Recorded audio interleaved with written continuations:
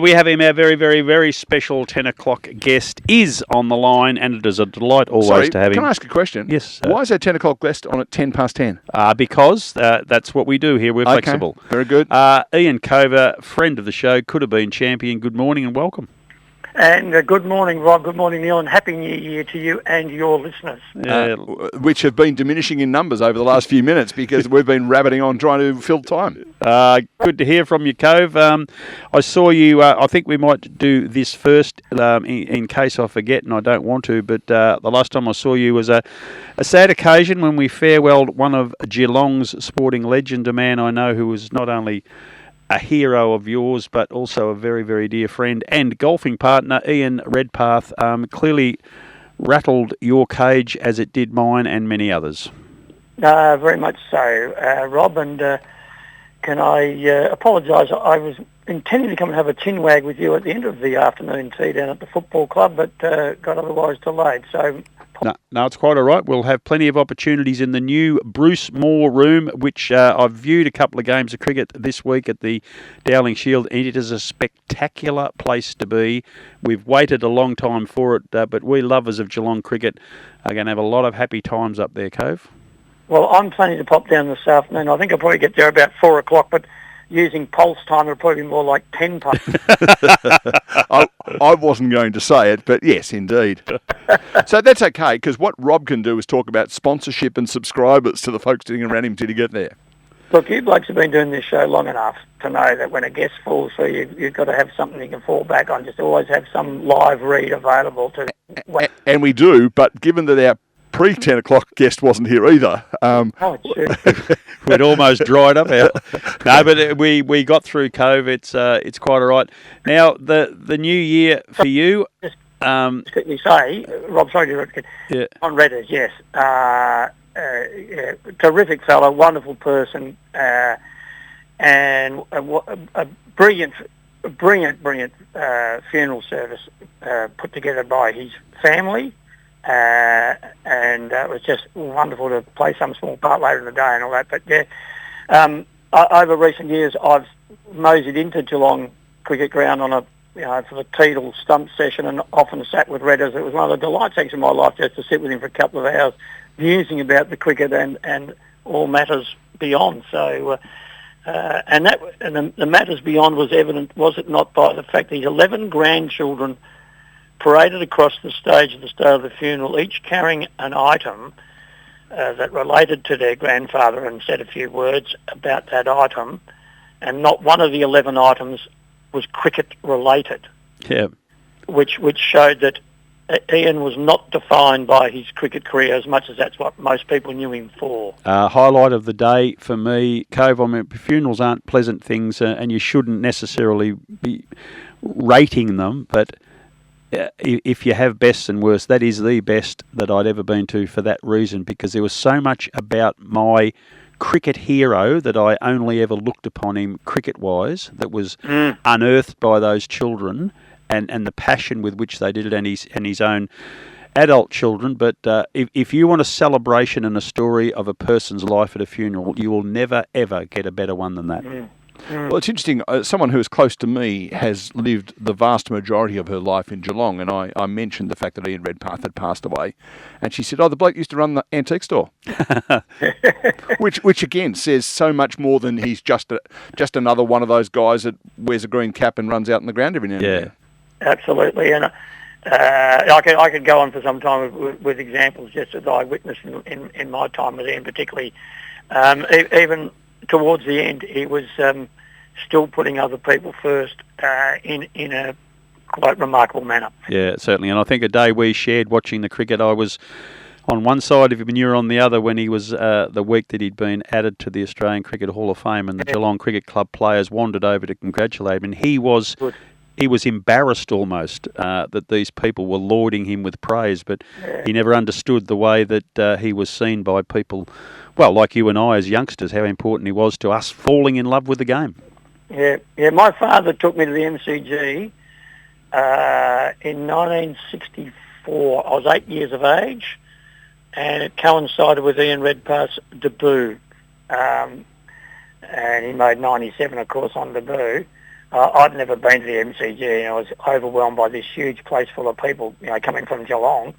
And you had no, I realised Ian Redpath was from Geelong, but it really didn't resonate that strongly. And then, as your life goes on, you go, wow, I was there that day, You end up then getting to know someone who once was just this bloke playing cricket, Yeah, very, very true. Well, I can. The only time I've spoken to him has been on the radio. I didn't have the good fortune to meet him, but there was one particular day that we had lined him up to have a chat, and Rob rang me at about 8:45 and said, "Look, mate, I'm not going to be able to make it," so I had to interview him by myself.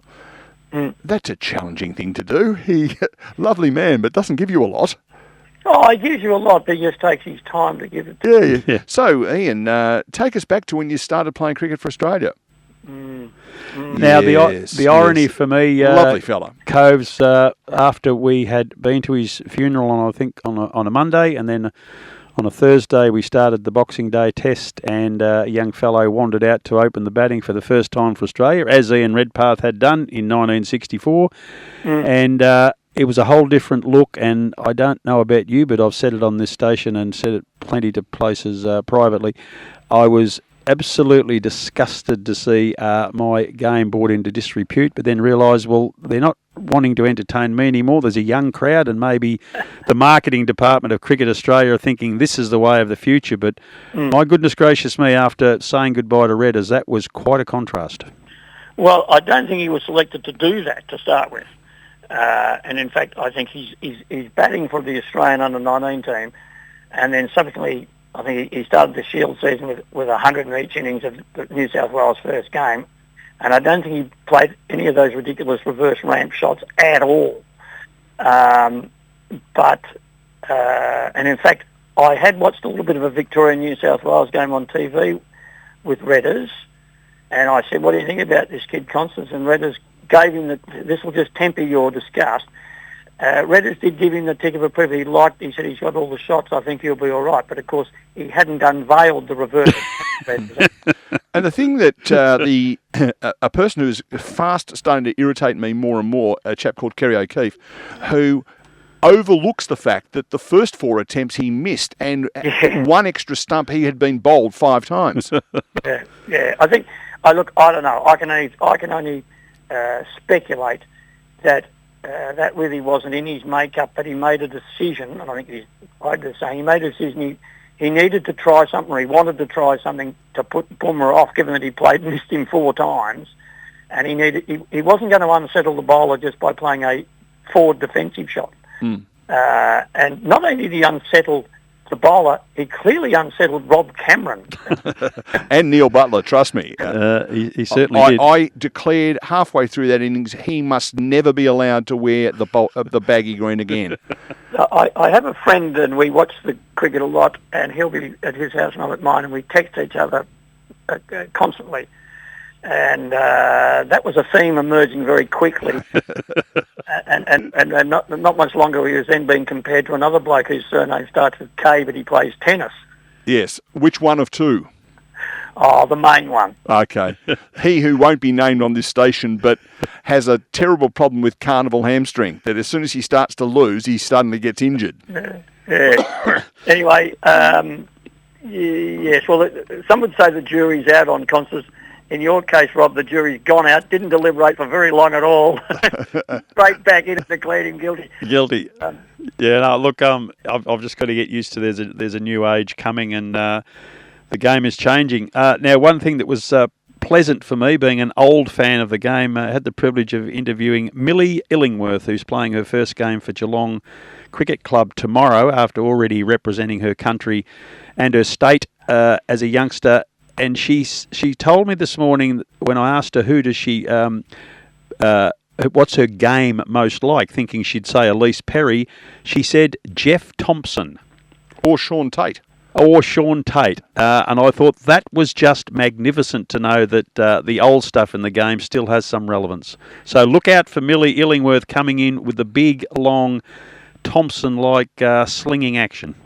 Okay, good call. Yeah. Surely she will be called Millingworth before long. It won't be long. You have to have a brand. You have to have a brand. No, fine young lady, plenty of them going around. Both the Geelong junior side's gone very well in the state carnivals, so things are looking good at the Cattery again. Yeah, and just back on the Boxing Day and the Sydney Test, which were, apart from your disgust over the new look opening batsman, was fantastic gripping cricket. Certainly was. Yeah. And I felt rather a little bit unwell on Boxing Day, not because of Constance, but because the air conditioner was on at home, being a hot day, and by mid-afternoon I had the chills that was on that. Were they multiplying, and were you losing control, or was that only something that happened to Olivia Newton-John? It was electrifying. Well, you better shape up, because I need a man. Oh, dear. And I didn't shape up at all. I got down, and the next morning I was still a bit sniffly and sneezy, and tested positive for COVID. Oh, dear. And you immediately think, oh dear. Where have I been, or where am I going to? Who have I been around? There's an upside and a positive to this. There's always, what's that? For every negative, there's a positive effect or something? Yep, we learnt that in science. Newton's third law, for every reaction there's an equal and opposite reaction. That's it. Who taught physics, do you think, out of the three of us? Yeah.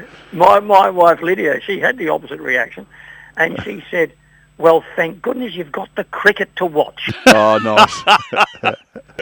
So, does she know that you keep a photograph of a positive COVID test on your phone? Phone. So, oh, look, got it again. Normally about, by day 2 or 3, there's some things to do around the house. Yeah. People coming over for a drink. Yeah. But no, it was complete lockdown. Nice. I watched 5 days of cricket. And you know something? It lingered. Into the new year? Correct. How extraordinary that is.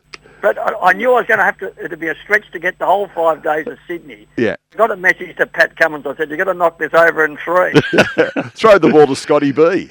Now, Cove, I must take this opportunity. It was you who did mention your good lady wife, Lydia, who I had the privilege of meeting recently, and I said it's very nice to see you out and about.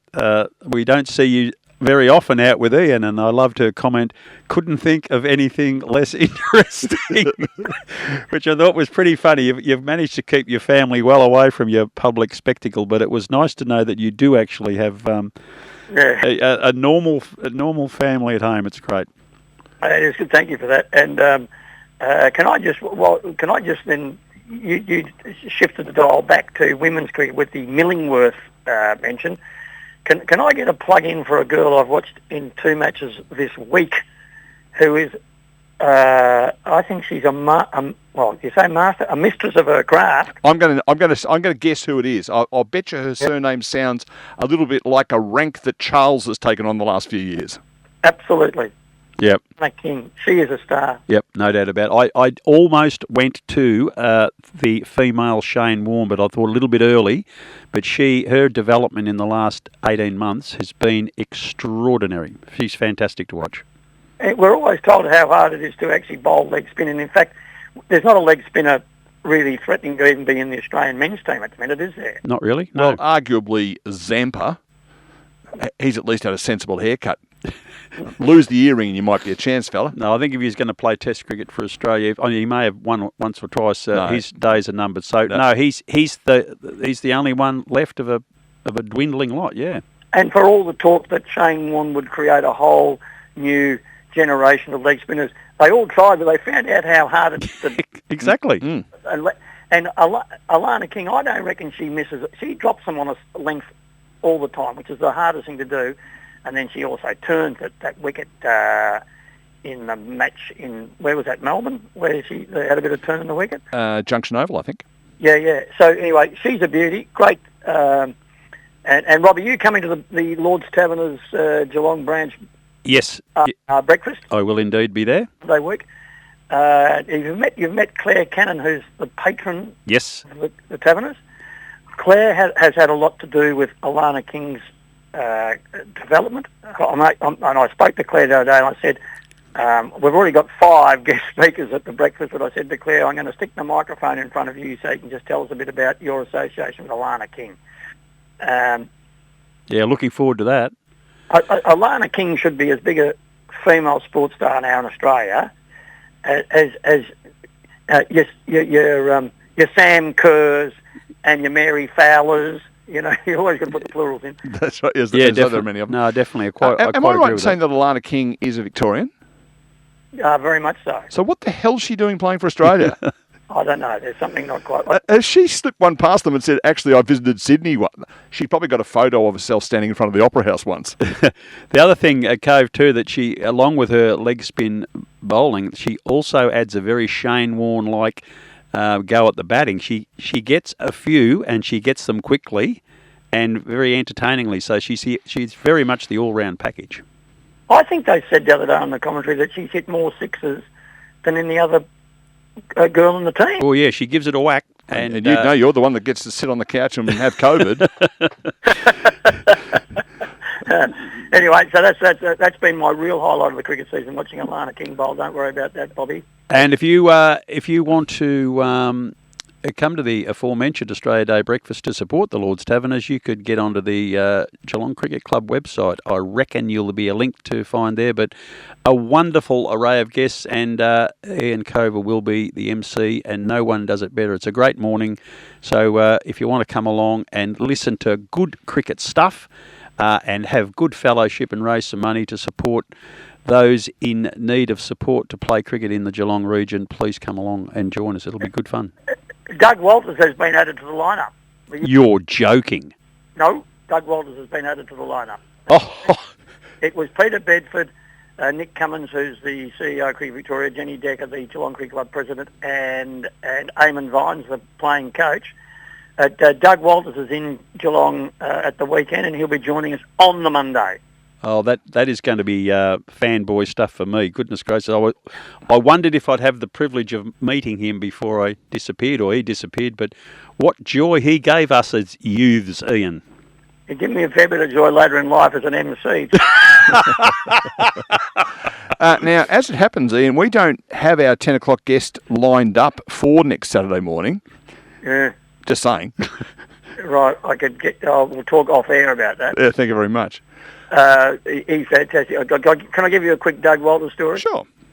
Many years ago, I used to go up and do some work for the Brisbane Bears. The mighty.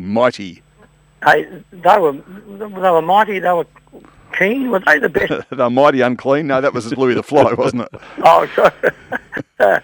Anyway, so we go up there, and I'm the MC, and Doug's the guest speaker at this lunch for the Brisbane Bears. And then they were doing a completely different crowd. Then on the next morning was the first day of the Brisbane Test, and we're going to do a breakfast at the Gabba, and Doug's going to be the speaker. So we finished the lunch, and Doug's having a couple with some of the local lads, you know, and that. It gets to about 4 or 5 in the afternoon. I said to Doug, look, I might slip up to my room and we might reconvene for dinner or something. He goes, what are you doing for dinner? He goes, oh, I haven't thought about it yet, and I might just have a couple more of these boys here. You're saying it, can't you? So I went up and I couldn't find him at 8 o'clock, and I went out and did my own thing. And I said to him before I left, I said, look, if I don't see you later, there's a car picking us up at 7:30 in the morning to take us to the Gabba for the breakfast. Yeah, no worries, right I am. So anyway, I eventually go to bed. I come down at 7:30 in the morning. Doug is already there waiting for the car. He's looking absolutely immaculate. The hair's, swept over Kevin Bartlett style. He's got the tie done up. He's having an early suck on a cigarette. I said, Doug, did you get some dinner last night? No, Ian, I just caught up with those boys. I said, what time did you finish? He said, I don't know, midnight. No, I should just play this. Medical authorities warn that smoking is a health hazard. So it's just fantastic. So, it was just Doug, and off we went, and he killed him at the breakfast, and who knows, I didn't see him again. He is a ripper. He's a genuine Australian sporting hero without any doubt. Yeah. He would have been called a wag in his time before they were wives and girlfriends, I would have thought. Very much Now, so. Ian, we sadly have to draw this to a close. It's as though the conversation was about 5 or 10 minutes shorter than it was otherwise going to be. But sadly, we are coming towards 10:30, which means we better let you go and do whatever you're going to do on a Saturday. Let's prognosticate for a moment. So is the 10:30 guest still on, or have they dropped out? No, we're relying on ourselves. It's, of course, the What Do You Reckon segment, as you'd know. Okay. Have you done the long run yet? You did the We've long had a run. long It run. may have talked a bit about tennis and cricket, but no, Jack, you'll be catching up on that on either the Two Blokes Chatting podcast or the Long Run podcast, one or the other. Prognosticate for us, if you would, please, the winner of the Premiership, the winner of the Brownlow Medal, and the winner of the Rising Star for 2025, please. Now, this is important because what a great... I know you've changed your start to the program. Yes. Which is and this is great. You're introducing something that no one in the football media has ever done before. Correct. Yeah, no, I thought, well, you know what? Let's do it properly. Because poor old Josh Barnes these days has resorted to the top 10 draft picks in the 30s whose mums went to Geelong High School and took up netball in the 3rd grade. Oh, yeah. And that... Who are they looking at for the 2025? That's right. Yeah. In fact, we're almost due for the 2026 one almost to be starting soon. So, who's going to win the flag? Yes. Well, putting Geelong to one side, Which is difficult to do. yeah, exactly. Who will Geelong be playing in the grand final? Is that what you suggest? Yeah, Let's call it that. I can't remember who went well last year. Collingwood, I reckon, will be back. Yeah, better talk about Collingwood being back. Yep. So I'd stick with them. Brisbane have got to be up there again, do they not? I would hope so. Yep. So, yeah. I think we might find a team from Sydney going in a southerly direction quite quickly. I think Goose will still be there when the whips are cracking, Ian. Yes, I think it was the other Sydney team I was concerned about. Oh, yeah. I'll tell you one, again, it's always important to look at those interstate sides because they're out of sight, out of mind. I reckon Freo might be all right this year. They were up there and they lost their... What, lose their last 3, 4 or 5? Yeah. And do you know what? I kid you not. The next song we are playing to say farewell to you is a band called Models, and the song's called Out of Mind, Out of Sight. Yeah. You've just pulled that in from nowhere. Well played. No, it's just chemistry we have. That's it. Absolutely. So what was your next one? Brownlow medalist. Bailey Smith. Right. Jeez. I saw him the other day. I was at the Cardinia Park. No sign of any banners flying high at dawn to dark, by the way. And he looks fit. He looks like he's come back in good nick. He's been training and ripping it up, in fact. Oh, yeah, he's training the house down. No houses left in Geelong. He's training. But he's tearing up the track as well, apparently. Yeah, well, they can't play on the ground because it's been torn up by... Patrick Cripps, because he's already got 20 votes before they've ever... What did he get, 45 votes or something? Yeah, and no one wanted to recount. It's extraordinary. Nonsense. Yeah. What was your next one? And the Rising Star. Rising Star. Oh, gee. Can you ring Josh Barnes? Is Toby Conway still eligible? Oh, surely. Is he still under 21? I think he is. Be under 21. He's only played 4 games. Yeah. Got to be under 20 games or something, don't you? Yeah. I'd love to see him come on, Robert. I think we all would. Well, if he wins the Rising Star, Geelong will be premiers. That's a very good call. Absolutely good call. Yeah. I'm suggesting that the fellow who might win it, his brother's The already other won. Ashcroft. His brother's already won a Norm Smith. He's very special, this kid. He's played 1 VFL game. He got 37 possessions, kicked 3 goals, and got 12 tackles. It's not a bad effort. And I'll give you that, the famous Bobby Davis from league teams, Yeah. If you're talking about Levi, what's his name? Levi Ashcroft. Yeah, and what's the young brother's name? And that is the young brother. The older one is Will. Will. So even if you didn't know Levi's name, Bobby would have said, Lou would have said, that Will Ashcroft, by jingoes, he goes all right. And Bobby would go, ooh, he's got a brother. This obviously postdates the great Bobby, but he's also apparently got a sister who is 16, and there's a very real chance that in that household there'll be a player who played 310 AFL games, won 3 premierships, and will be ranked the 4th best player in the family. Wow. Touch of the Mark Wars in that. Yeah, wow. We better let you go because we've now eaten into the... Well, I don't think we're going to be having a 10:30 segment anymore, but that's okay. We're much better talking to you than talking to Rob. Thanks for joining us. We'll probably get you on again another time during the year. Right. Have a good year, boys. Look, it's the way Geelong starts their day. So. Yeah, it's along that lines, yes. It is indeed. Yes, indeed. And I'll be in touch other radio stuff maybe on Monday, Cove, and look forward to seeing you on Australia Day. You're not popping down this afternoon? Might have some other obligations, trying to find some time, but I think I'll be at Geelong tomorrow to watch the debut of Millingworth. I'm a bit excited about a Jeff Thompson lookalike.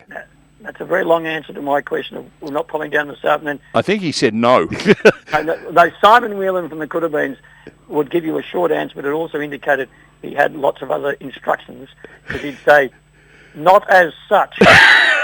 No, I reckon if you're going to hit the town at 4, I might make a late appearance myself and watch the Cats come home in the second 11. Yeah, that'll be good. Where are they playing? Cardinia Park. Will the banners be flying high from dawn to dark? Haven't seen a banner on the cricket end of the stadium yet. I walked past the new cricket centre the other day. It looks quite impressive. Very impressive. Indeed. Magnificent. The whole precinct, the cricket precinct is outstanding. It's as good as anything at that level in Australia. Excellent to hear. I agree. Thank you so much for being part of our show on a regular basis, Ian, and for taking some time out this morning. All the best, boys. See you, Cove. Thanks, mate. There he is, Ian Cover, friend of the show, could have been champion, and all that kind of stuff.